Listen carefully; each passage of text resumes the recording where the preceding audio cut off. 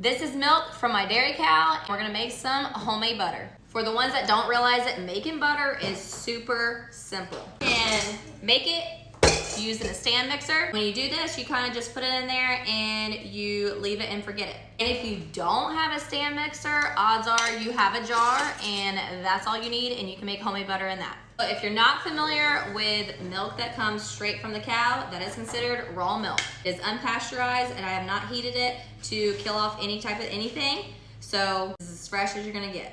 With raw milk, you can see where your cream is, so it's called a cream line. Right here and up is all cream, and down is all the milk. It takes cream to make butter. While we ladle this out, let's talk about how butter is actually formed. While the butter is churning, it's gonna break down your fat membranes, and therefore it's gonna cause your fat molecules to come together, and when they clump together, it's making butter.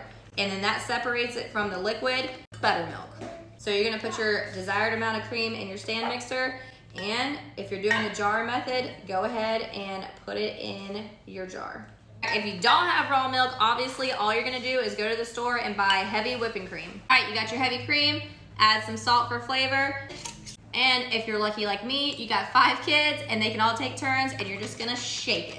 Honestly, this is a great activity for kids. You're gonna teach them the scientific way, reason why the butter is being made or how it's being made, and they get a good workout, but also they're gonna see it go from cream, whipped cream, their butter.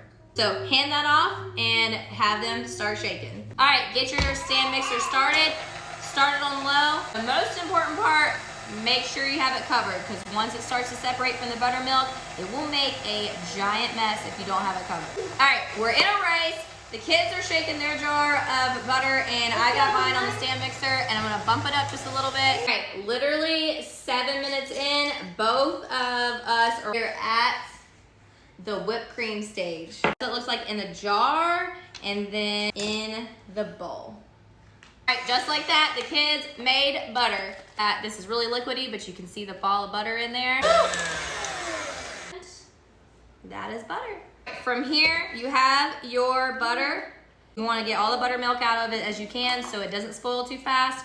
And you'll do that. As you can see, I'm squeezing it and it's just dripping out.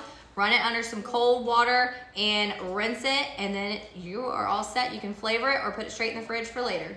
As for your buttermilk, go pour it through a mesh strainer and use it for baking, put it in some pancakes, or my favorite, I like to make some ranch.